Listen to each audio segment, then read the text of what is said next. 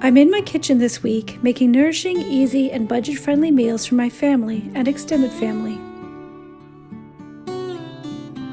I'm starting off cooking some saltfish cakes that I had made the day before. My husband and I both love these fish cakes, and it's something we choose often when we go out to eat. But they are so easy to make at home, and it's great for stretching the budget. To make, I had soaked the salt fish to get a lot, but not all of the salt out. Then I boiled the fish, drained it, and flaked it. I chopped an onion finely, and I mashed up some potatoes with some butter. I mixed it all together to form patties, which I fried in butter until they had a golden crust on each side. Tonight we served it with Caesar salad, but traditionally they would be served with baked beans and green tomato chow. You can find the recipe for my fish cakes over on the blog that I've linked below.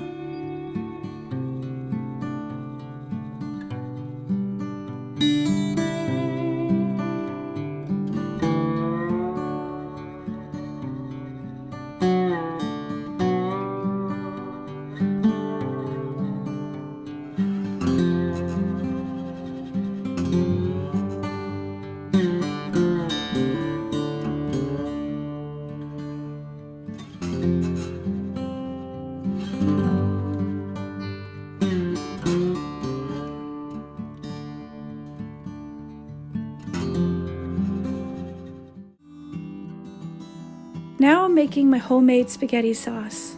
I use peppers and onions and mushrooms and ground chicken in my sauce, so it's quite a hearty meal.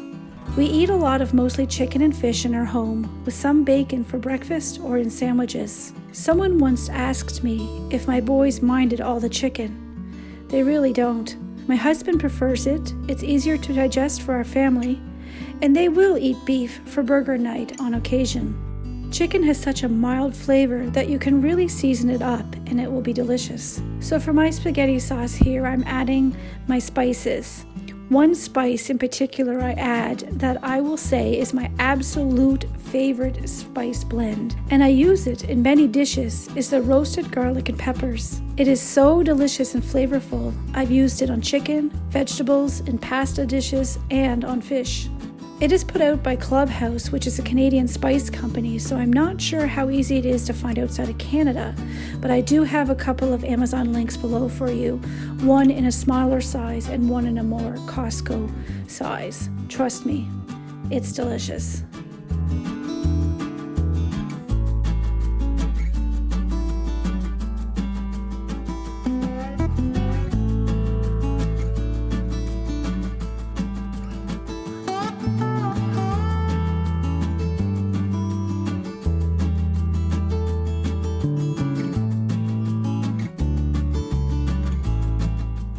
You saw me put some brown sugar into my sauce. It was a trick my grandmother taught me, as it will cut down on the acidity of the tomatoes. So I'll let this sauce simmer for a half an hour or so to let the flavors meld together and the peppers are softened. You can let it simmer for longer if you wish, but we need to eat sooner than later. Now I'm making some quick and easy garlic bread. We are out of homemade bread, so Rob grabbed this cheese bread from the local bakery. I'm just buttering the bread and sprinkling some garlic powder on the top before toasting it in the oven.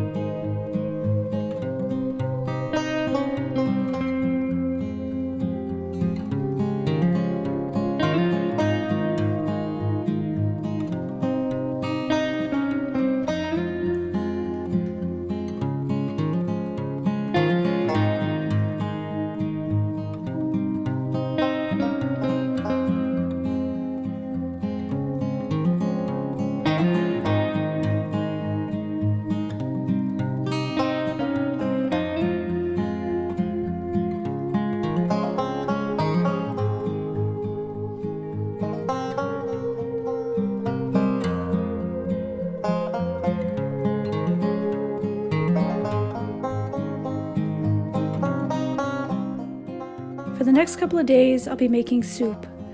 My father-in-law is very sick at the moment, and he eats a lot of soup for lunch. When I saw how much my mother-in-law was spending on soups from the local farm market, I wanted to step in and make some soup for her. So today I'm making some parsnip and carrot soup. It's really delicious. This is a recipe from Mary Janet from Tunes and Wooden Spoons, and I'll link her recipe below. It is super simple to make, with some parsnip, carrot, onion, potatoes, and spices, cooked in chicken broth and blended and finished with some blend cream.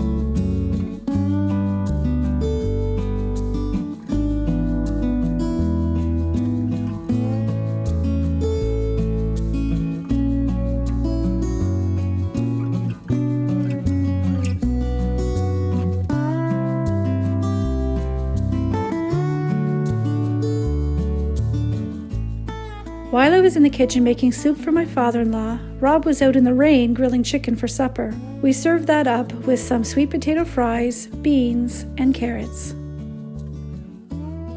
After supper, I wanted to prep for a chicken soup I was going to make in the morning. So I cooked the chicken in my Dutch oven with some spices and saved the broth and completely deboned the chicken.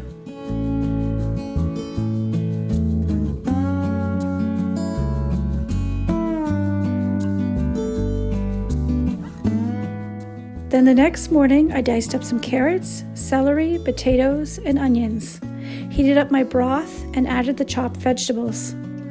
I added some more broth as well because this was going to be a bigger pot of soup. I also added a bit of this better than bouillon. Once the veggies were cooked, I added the diced chicken and heated it thoroughly. This was a very tasty soup that I not only gave my in-laws, but that we also had for lunch today with some BLTs. If you'd like to see more days in my kitchen, you can check out this video here. Thanks so much for watching, stay safe and be well, and until next time, bye!